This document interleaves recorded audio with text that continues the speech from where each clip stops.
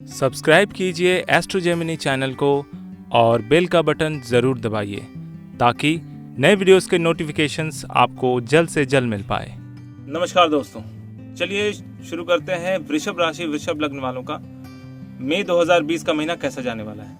लग्न भाव में शुक्र विराजमान है जो कि स्वगृह है। लग्नेश लग्न भाव में विराजमान होना व्यक्ति के पर्सनालिटी में एक चमक देता है। नो डाउट आप अपने पर्सनालिटी में बिल्कुल अलग सी चमक लेकर चलेंगे। दूसरे भाव में राहु विराजमान है तो धन में तो वृद्धि अभी तक कर ही रहे थे, कुछ ना कुछ आपके जेब में आ ही रहा था, अब भी आता रहेगा। लेकिन यहाँ पर थोड़े से अपने काम की ओर ध्यान में देने की आवश्यकता है, यानी कि जो काम आप करेंगे उसमें से जो इनकम आएगा उसको सही जगह पर इन्वेस्ट करें या सेविंग्स पे डालें। तीसरे भाव में तृतीय चंद्रमा विराजमान है तो पराक्रम काफी स्ट्रांग बना रहेगा। लोगों के साथ आप बहुत ही मधुर वाणी से बात करेंगे जिससे लोग काफी अच्छे तरीके से इंप्रेस होंगे। भाई बहनों के साथ तालमेल काफी अच्छा बनेगा, कोई पुराना मनमुटाव निपट सकता है। चौथे भाव में कोई ग्रह नहीं है। चतुर्थेश सूर्य जो है वो द्वादश भाव में विराजमान है तो यहाँ पर घर की सुख सुविधा की चीजों या घर में होने वाले रिनोवेशन के कार्य में खर्च आ सकते हैं, या फिर अपनी माता का ध्यान रखिए, उनकी तबीयत में थोड़ी सी गड़बड़ी हो सकती है। हालांकि अगर सारी चीज़ें व्यवस्थित करके करें तो ये कंट्रोल में भी रह सकता है। हालांकि चतुर्थेश उच्च के विराजमान है तो चतुर्थेश जब उच्च के होते हैं तो माता की तबीयत में सुधार आता है, लेकिन फिर भी क्योंकि सूर्य है अपनी उच्चतम यानी गर्मी में रहेंगे तो गर्मी में वृद्ध लोगों के तबीयत का ख्याल अच्छे से रखना चाहिए। पंचम भाव में कोई ग्रह नहीं है। पंचमेश द्वादश भाव में विराजमान है तो जो लोग पढ़ाई कर रहे हैं विद्यार्थीगण, उनका दिमाग सही जगह पे नहीं लग सकता है, फोकस बहुत इधर उधर होगा।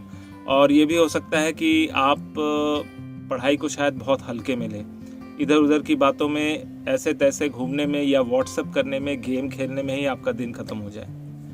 फोकस कीजिए अपनी पढ़ाई पे थोड़ा, नहीं तो फिर बाद में जाके पछताना पड़ेगा। छठे भाव में कोई ग्रह नहीं है। षष्ठेश जो खुद लग्नेश है लग्न भाव में विराजमान है तो शत्रु नहीं है, जितने शत्रु हैं वो मित्र बन जाएंगे और आपको सहयोग करेंगे। बीमारी अगर कोई है तो बहुत फास्ट आप रिकवरी करेंगे। सप्तम भाव में कोई ग्रह नहीं है। सप्तमेश मंगल उच्च के विराजमान है, हालांकि 27 डिग्री के हैं, वहां पर वो अस्त हो रहे हैं तो यहाँ पर पत्नी के साथ कोई तालमेल में गड़बड़ी हो रही थी, उसमें सुधार आ सकता है क्योंकि वहां पर शनि भी विराजमान है। तो इस वजह से अगर मंगल वहां से जितनी ज़्यादा दूर जाएंगे, शनि से जितना ज़्यादा गैप बनाएंगे, दूरी बनाएंगे, उतना ही ज़्यादा आपके पत्नी के साथ या लाइफ पार्टनर के साथ तालमेल अच्छा बनेगा।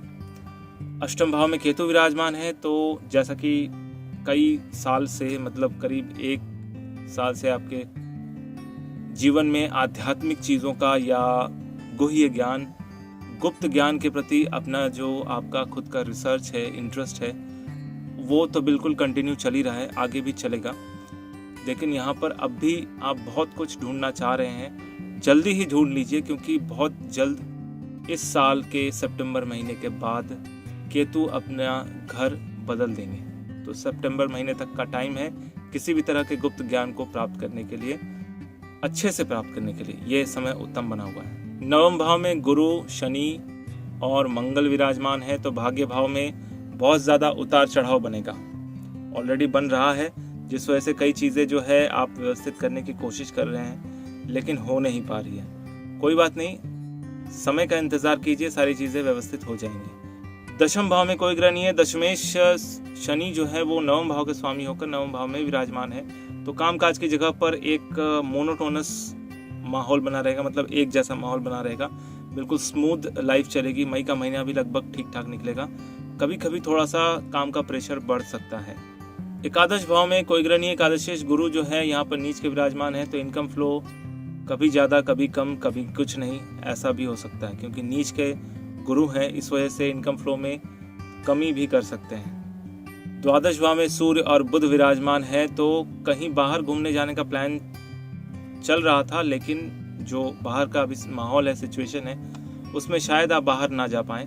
लेकिन जहाँ पर छूट है, जहाँ पर किसी भी तरह का लॉकडाउन नहीं है, बंदी नहीं है, वहाँ पर लोग थोड़ा बहुत इधर उधर घूम सकते हैं। लेकिन फिर भी सलाह ये है कि अभी जो बाहर का वैश्विक सिचुएशन चल रहा है उस वजह से आपको बहुत सावधानी पूर्वक दिन बिताना पड़ेगा।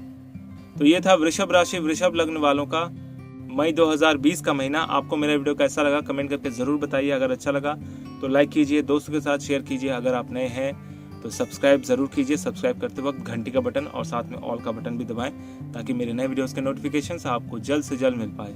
मेरा वीडियो देखने के लिए आपका बहुत बहुत धन्यवाद।